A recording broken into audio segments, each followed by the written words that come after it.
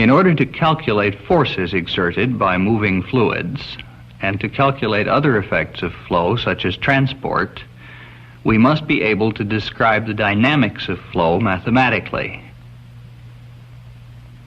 To discuss the dynamics, we have to be able to describe the motion itself. The description of motion is called kinematics. We will be interested in the kinematics of continuous media, that is, in describing the motion of deformable stuff that fills a region. Specifically, we'll be interested in describing the displacement, velocity, and acceleration of material points in the two reference frames commonly used in fluid mechanics. We'll show how these two descriptions are related to one another. In addition to moving from place to place, an elementary piece of fluid is generally squeezed or stretched and rotated as it goes. We are going to focus our attention on the translation, not on the deformation. In this flow of water through a contraction, hydrogen bubbles have been used to identify pieces of fluid so that we can follow their motions. These pieces are quite large, however, and we would like to examine the motion of very small, infinitesimal bits of fluid. Therefore, it will be more convenient to have a computer simulate these motions and generate the visual displays for us. We will use open circles, as we are doing here, to identify material points. In elementary mechanics, we are accustomed to describing the position of a material point as a function of time, using a vector drawn from some arbitrary initial location to indicate the displacement. We will use open vectors, as here, to indicate velocity and displacement relating to material points, open points.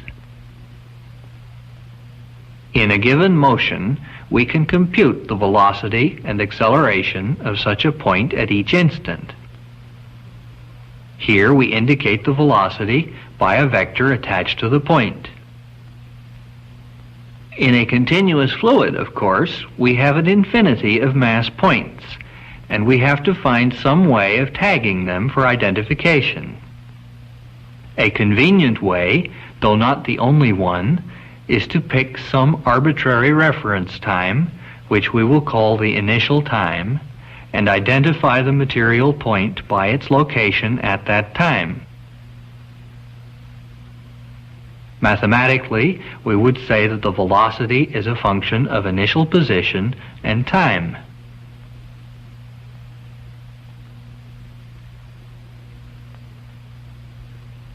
To accord with this description, we have shown the vector attached to the initial position. We could show the vector attached to the moving point, or use both.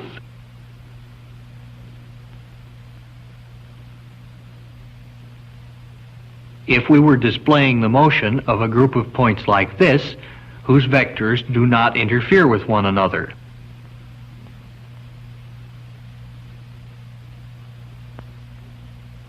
To display the whole motion, and in more complicated situations, we avoid interference by showing the vector only at the initial location.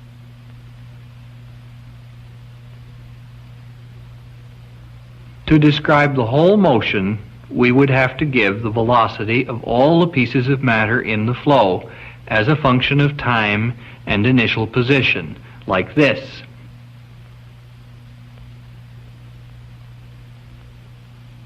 This description, in terms of material points, is called a Lagrangian description of the flow. Such coordinates are called Lagrangian or sometimes material coordinates.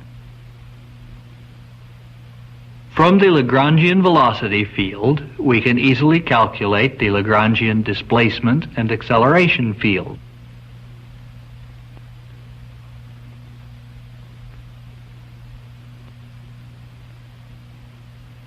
We can imagine attaching an instrument, like a pressure gauge, to a moving point, to make what we might call a Lagrangian measurement.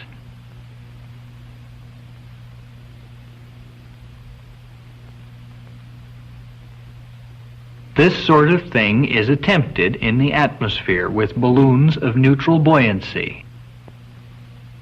If the balloon does indeed move faithfully with the air, it gives the Lagrangian displacement. Such Lagrangian measurements are actually very difficult, particularly in the laboratory.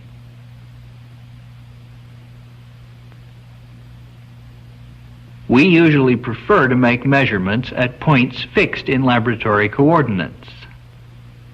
Classically, the idea of a field, such as an electric, magnetic, or temperature field, is defined by how the response of a test body or probe, like this anemometer, varies with time at each point in some coordinate system. Here we are probing in laboratory coordinates.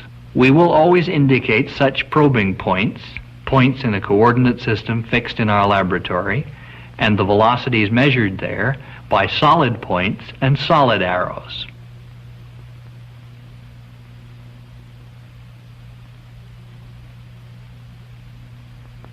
Here is a grid of points fixed in space.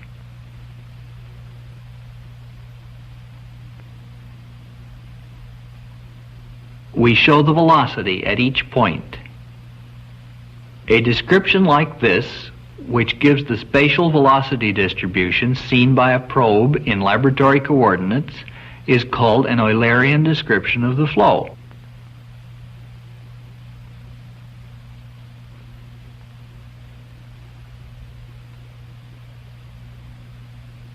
Although the physical field is the same, the Eulerian and Lagrangian representations are not the same, because the velocity at a point in laboratory coordinates does not always refer to the same piece of matter. Different material points are continually streaming through the same laboratory point. The velocity that a fixed probe would see is the velocity of the material point that is passing through the laboratory point at that instant.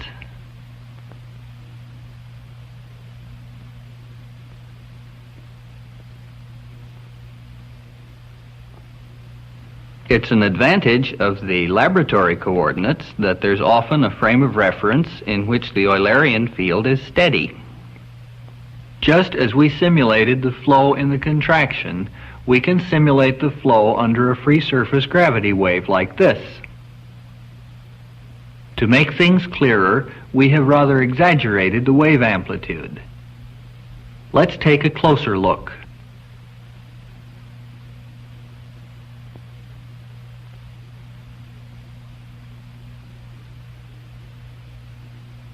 These are moving material points and their path lines.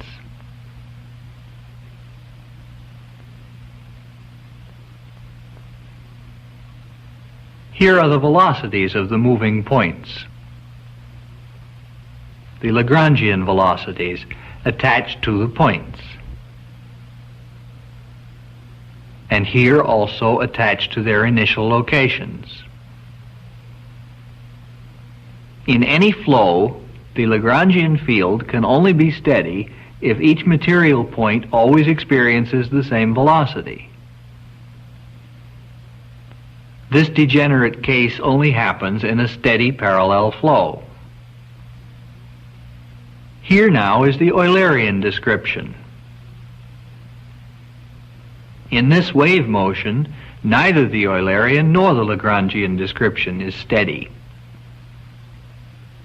In fact, they have an identical appearance.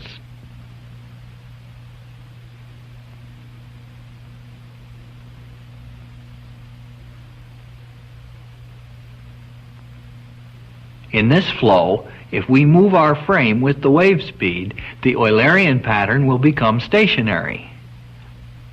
Let's do this and indicate the translation velocity by an arrow at the bottom.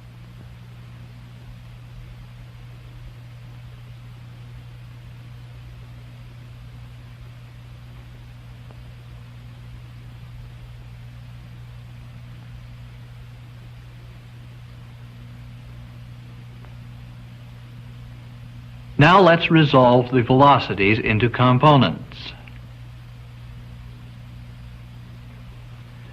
The horizontal component is the velocity with which our frame is translating. The other component is the material point velocity in the original frame of reference. Let's see that catch up again.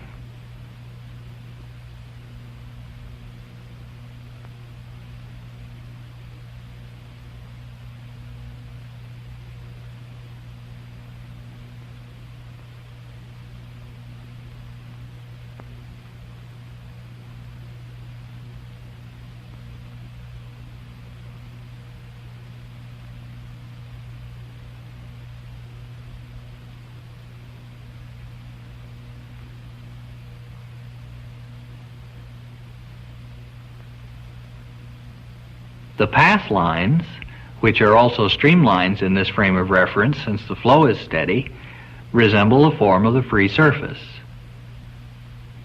As a material point passes through each laboratory point, its velocity is instantaneously the same as that of the laboratory point. It is partly this possibility of eliminating one of the variables in the analysis, time, that makes the Eulerian representation more attractive. Most laws of nature are more simply stated in terms of properties associated with material elements, Lagrangian quantities. But it's nearly always much easier mathematically, when describing a continuum, to deal with these laws in laboratory coordinates. Thus, to write our conservation equations, we have to talk about transforming from one set of coordinates to the other. Let's talk first about the relation between time derivatives in a scalar field. Let us imagine a river in which a radioactive tracer has been distributed. Since we're interested in local changes, let us look at an infinitesimal part of this river. Now let us imagine that the tracer is suddenly and uniformly distributed in the river.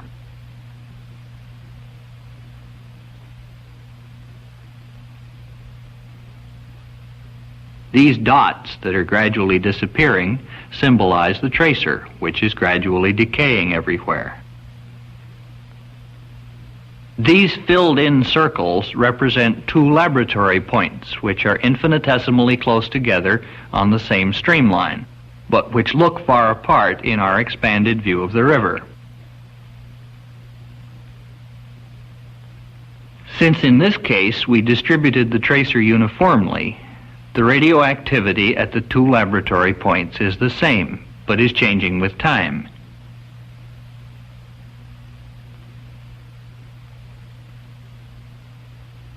We can add radiation counters at the laboratory points.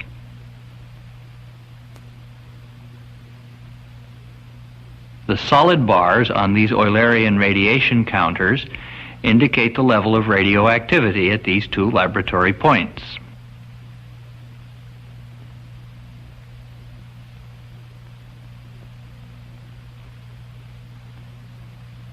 We can monitor the level experienced by a material point traveling from one laboratory point to the other by watching the open bar on the Lagrangian counter carried by it.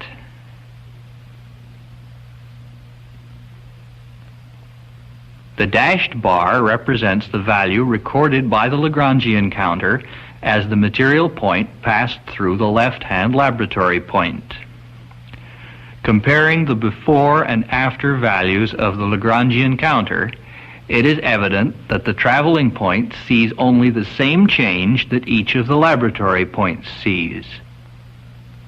This can be written as the time difference multiplied by the rate of change with time. Suppose now, however, that the tracer is not uniformly distributed in the river, but that the intensity is greater upstream.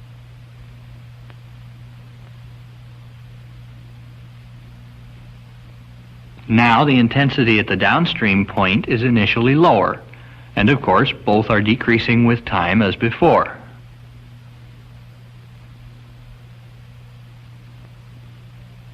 Just as before, the only change experienced by the material point is due to decay. The change seen at a laboratory point is not, however, since new material of originally higher intensity is being swept past. To express the change experienced by a material point in Eulerian variables, we need two terms: the change of intensity with time at a fixed point and the intensity difference between laboratory points at a fixed time. The total change when the material point has reached the right-hand laboratory point is given by the difference in level between the dashed counter on the left and the Lagrangian counter. The change with time experienced by either laboratory point is given by the difference in level between the dashed counter and the Eulerian counter on the left, and can be written, as before, as the time difference multiplied by the rate of change with time. The change due to the intensity difference between the laboratory points at any time is indicated by the difference in level between the two Eulerian counters, and can be written as the distance traveled multiplied by the spatial gradient in the direction traveled. The distance traveled can be written as the time difference multiplied by the magnitude of the velocity.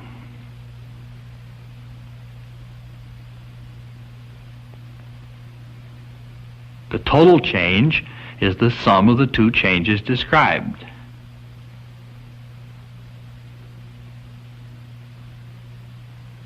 The material or substantial derivative is the name given to the expression multiplying the time difference. This is simply the rate of change with respect to time seen by the material point as it passes the laboratory point, expressed in laboratory coordinates. Since it is to emphasize that the material derivative is the rate of change seen by a material point as it passes a laboratory point, but expressed in laboratory coordinates. In vector notation, the velocity times the gradient in its direction can be written as the scalar product of velocity and the gradient.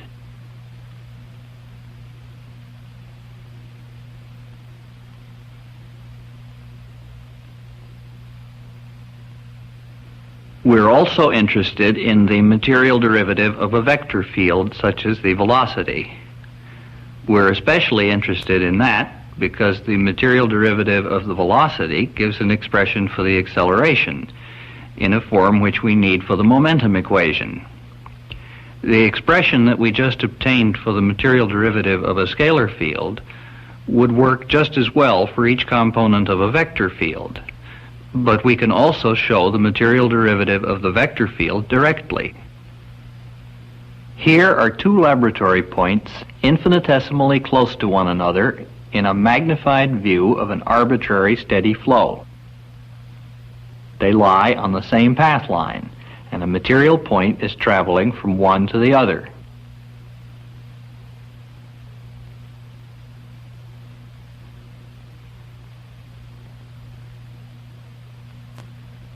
The velocity of the material point is indicated by an open arrow attached to it. Clearly, although the flow is steady in the laboratory frame, the moving material point experiences change as it travels to regions where the steady velocity is different. The total change will be the difference between the velocities at the two laboratory points, indicated by the solid Eulerian vectors.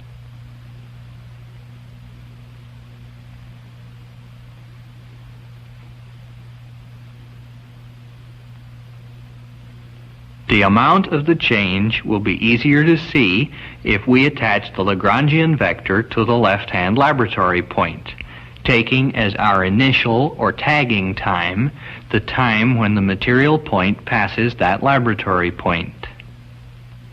The difference between the Eulerian vector and the Lagrangian vector at the left-hand point gives at each instant the change that the material point has experienced.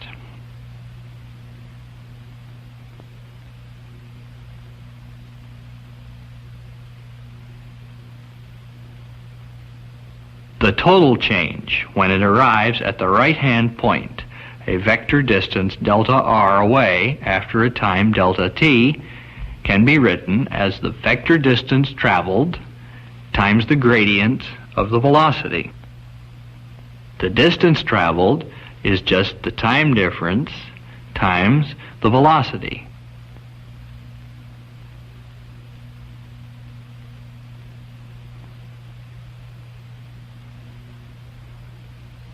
Now, if the velocity of the entire flow changes with time, as it does here, the Eulerian vectors also change with time.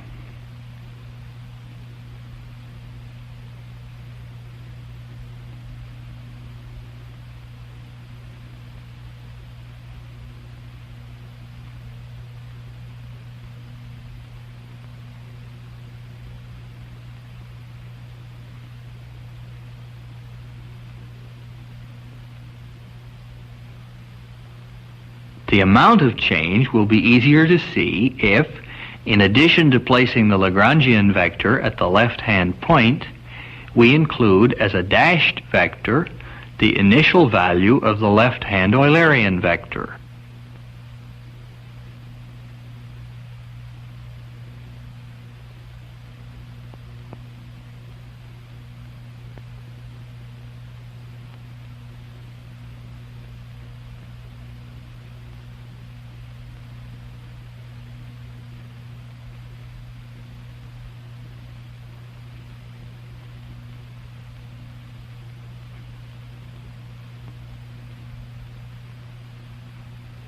Now, when the material point has arrived at the right-hand laboratory point, the total change it has experienced is given by the difference between the dashed vector and the Lagrangian vector.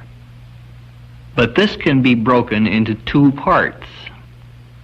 The difference between the velocities at the left and right-hand laboratory points at this instant is given by the difference between the Eulerian and Lagrangian vectors on the left. The change each laboratory point has undergone during this time is given by the difference between the dashed and Eulerian vector on the left. The spatial velocity difference can be written as before as the time difference times the velocity times the gradient of the velocity. The temporal velocity difference can be written as the time difference times the rate of change with time at a laboratory point. To find the total change, we must vectorially add the two effects.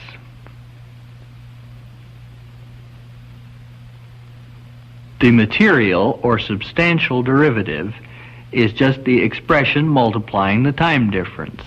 This is the rate of change seen by the material point as it passes a laboratory point, written in laboratory coordinates. In this way, the acceleration, more simply written in a Lagrangian description, has been expressed in Eulerian notation.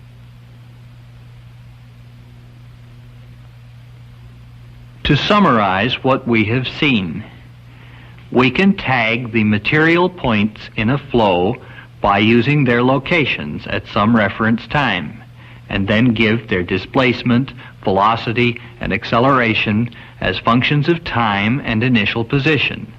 This is called a Lagrangian description. Alternatively, we can define a coordinate system arbitrarily and probe to find the displacement, velocity, and acceleration at points fixed in that system. This is called an Eulerian description. This has the advantage that it is sometimes possible to find a system in which the flow is steady.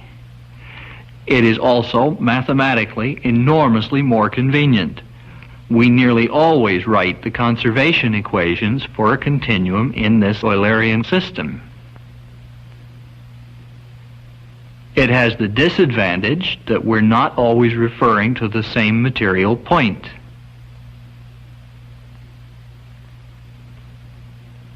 We can, however, transform from one system to the other by using the fact that displacement and velocity at a laboratory point is the displacement and velocity of the material point that happens to be there.